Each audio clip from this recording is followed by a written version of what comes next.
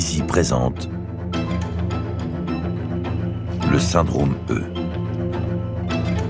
de Franck Tillier, lu par Jérémy Covillo.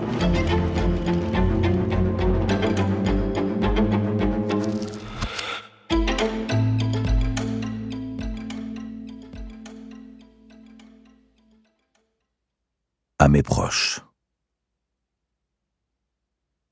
Chapitre 1. Arrivé le premier. Dès qu'il avait été alerté par l'annonce à l'aube, Ludovic Sénéchal avait pris la route et avalé les 200 kilomètres qui séparaient la banlieue lilloise de Liège en un temps record.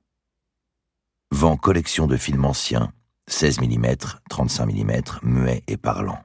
Tout genre, court, long métrage, années 30 et au-delà. Plus de 800 bobines, dont 500 films d'espionnage. Faire offre sur place. Ce genre de publication sur un site internet généraliste était plutôt rare. D'ordinaire, les propriétaires passaient par des foires, genre Argenteuil, ou mettaient leurs bobines aux enchères à l'unité sur eBay. Ici, l'annonce ressemblait davantage à celle d'un vieux réfrigérateur à larguer. C'était bon signe. En plein centre de la ville belge, Ludovic se gara difficilement, leva un œil vers le numéro de la maison, puis se présenta à son occupant, Luc Spillmann. Environ 25 ans, basket Converse, lunettes de surf, t-shirt des Bulls. Quelques piercings aussi. « Ah oui, vous venez pour les films. Suivez-moi, c'est au grenier. »« Je suis le premier ?»« D'autres ne devraient pas tarder. J'ai eu plusieurs coups de fil. Je ne pensais pas que ça irait si vite. » Ludovic lui emboîta le pas. La demeure était typiquement flamande, couleur tiède et briques sombres. Toutes les salles s'articulaient autour de la cage d'escalier, pièce maîtresse éclairée par un puits de lumière. « Pour quelle raison vous débarrassez-vous de ces vieux films ?» Ludovic avait soigneusement choisi ces mots. Débarrassé, vieux. La négociation avait déjà commencé. « Mon père est mort hier. Il n'a jamais dit à personne ce qu'il fallait en faire. » Ludovic hallucinait. Pas encore enterré, et on dépouillait déjà le patriarche de ses biens.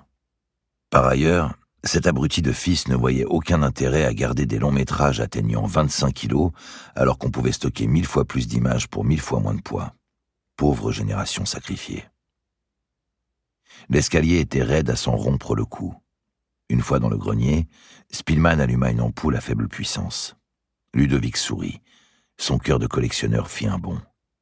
Elle se tenait là, complètement protégée de la lumière naturelle. Boîte multicolore empilée par tourelles de vin. Ça sentait bon la pellicule, l'air circulait subtilement entre les étagères. Une échelle à roulettes permettait l'accès aux étages les plus hauts. Ludovic s'approcha. D'un côté les 35 mm, très volumineux, et de l'autre, les 16 mm, qui l'intéressaient plus particulièrement.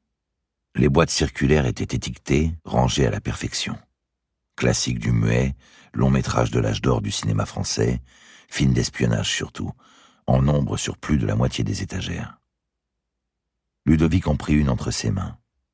L'homme le plus dangereux du monde, une œuvre de John Lee Thompson sur la CIA et la Chine communiste.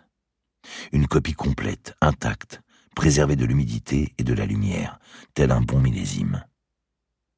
Il y avait même des bandes de péage dans les boîtes, afin de contrôler l'acidité. Ludovic peinait à contenir son émotion. Ce trésor devait valoir à lui seul 500 € sur le marché. « Votre père était un fondu de films d'espionnage ? Et encore, vous n'avez pas vu sa bibliothèque ? Théorie du complot et compagnie, ça frôlait carrément l'obsession. Combien vous les vendez ? J'ai fouiné sur Internet. À la louche, c'est 100 € la bobine. Mais le but, c'est que tout disparaisse le plus vite possible. J'ai besoin de place. Alors on peut négocier. J'espère bien. » Ludovic continua à fureter. « Votre père avait forcément une salle de projection privée. Oui, on va bientôt la transformer. On enlève l'ancien, on remplace par du neuf. Écran LCD et home cinéma dernier cri.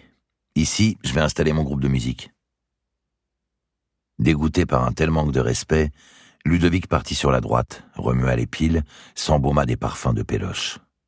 Il découvrit des Harold Lloyd, des Buster Keaton, puis, plus loin, des films comme Hamlet ou Capitaine Fracasse. Il les aurait tous voulus, mais son salaire de cadre à la sécurité sociale et ses différents abonnements, mythiques, internet, câbles, satellites, ne lui laissaient chaque mois qu'une marge de manœuvre serrée. Alors il fallait faire un choix. Il s'approcha de l'échelle. Luc Spillmann l'avisa. « Vous devriez faire attention. C'est de là que mon père est tombé et s'est ouvert le crâne.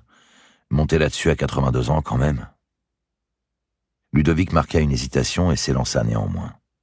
Il pensa au vieil homme, tellement passionné que ses films l'avaient tué. Il grimpa aussi haut qu'il le put, poursuivit ses emplettes. Derrière la lettre du Kremlin, sur une rangée invisible... Nous espérons que vous avez apprécié cet aperçu. Pour continuer à écouter ce livre audio sur Google Play Livres, utilisez le lien dans la description de la vidéo.